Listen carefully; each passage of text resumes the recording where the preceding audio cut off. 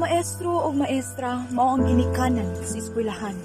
Ang eskwelahan mao ang atong ikaduhang balay. Apan alang kang niya, wala niya kini mabati.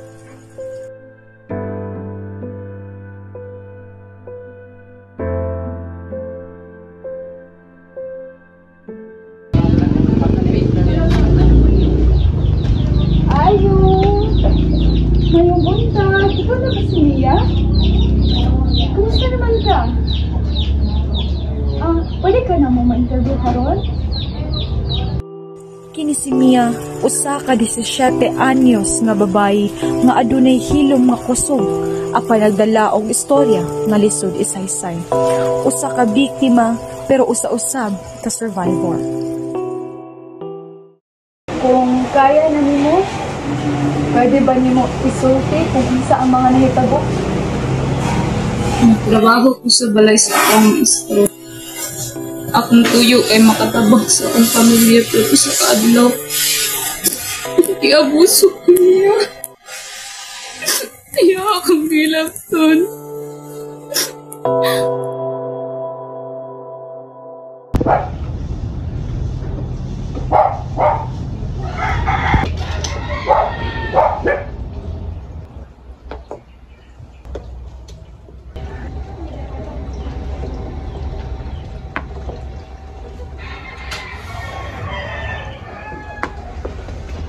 Mia, ano sa tubig oh?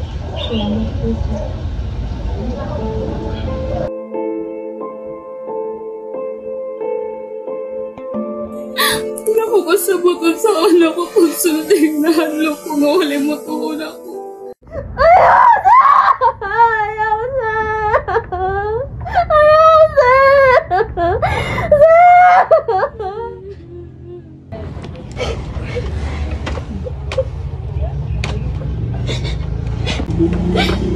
Mia, ay kabala ka. Ako bahala sa mga. Pagsagaan pa ito kagradungan ako. Demonyo ka! Pagtarong nga!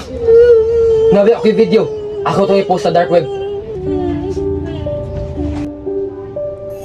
Natipes ko kayo tanaw na ko sa akong pangalingan. Huwag na kayo ko. Nasa piling na ko kaya kung pulos na rin sa kalibutan kay para gamiton lang gihatag-tagan sa mga kinahanglan. Hindi ko katulog ka na gabi. Ako isip usa ka suod nga silingan ni Mia. Sa akong pagkailaan ng bata, ma'am, grabe gid kayo nakabuutan. Kabalo mo tabang sa ginikanan, ug naningkamot gid siya nga maka part-time job aron nay mahatag siyang mama. Maong sakit lang pud kayo hunahon nga sa ingon anang pangidara ni Mia. Grabe na ang trauma nga nasinati niya. Mia, best! Niyadto sila ma'am diri okay para bisitahon ka niya.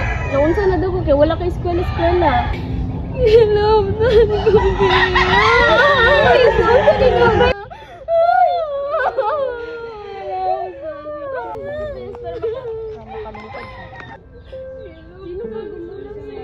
Kailangan ako magpatalikod.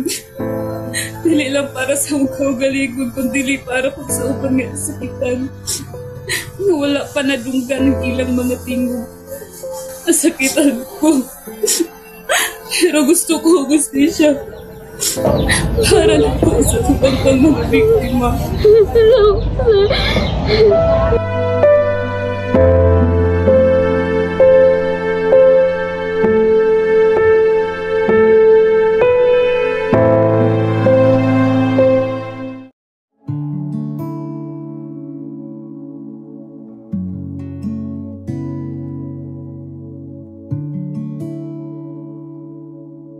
Bisag kinsa nga duol sa imuha nga tanaw nimo yung sa tingin mo na mapagkatiwalaan nimo siya o isulti nimo para mabawasan ang imuhang burden sa imuhang kaugalingon. And then aside sa PNP, pwede ra po mo sumbong sa barangay ang PNP mo walang man, pero kung mo file yung kag case diri gid na sa PNP gid na.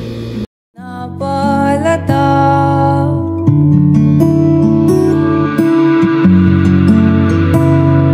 patuloy na si bisan kinsa ang angay mag-antos sa abuso. Dili sa balay, dili sa trabaho, ug labi sa tanan dili sa personal nga kahimtang. Ang abuso dili lamang pisikal. Pwede sab kini sa emosyonal, pinansyal, o sexual. Wala ka nag-inusara. Tawagi ang mga hotline numbers ug ipaglaban ang imong katungod. Busa, ayaw paglangan. Ipaglaban ang imong katungod. Ang imong kalinaw ug kalipay, importante ug angay proteksyonan. Ako, si Kyla David, ug kini mao ang kwento mo, dokumentaryo ko. Tiyak ang tadhana, kaya't maaaring magkamali. Lungkot at sakit, patuloy na nakakubli.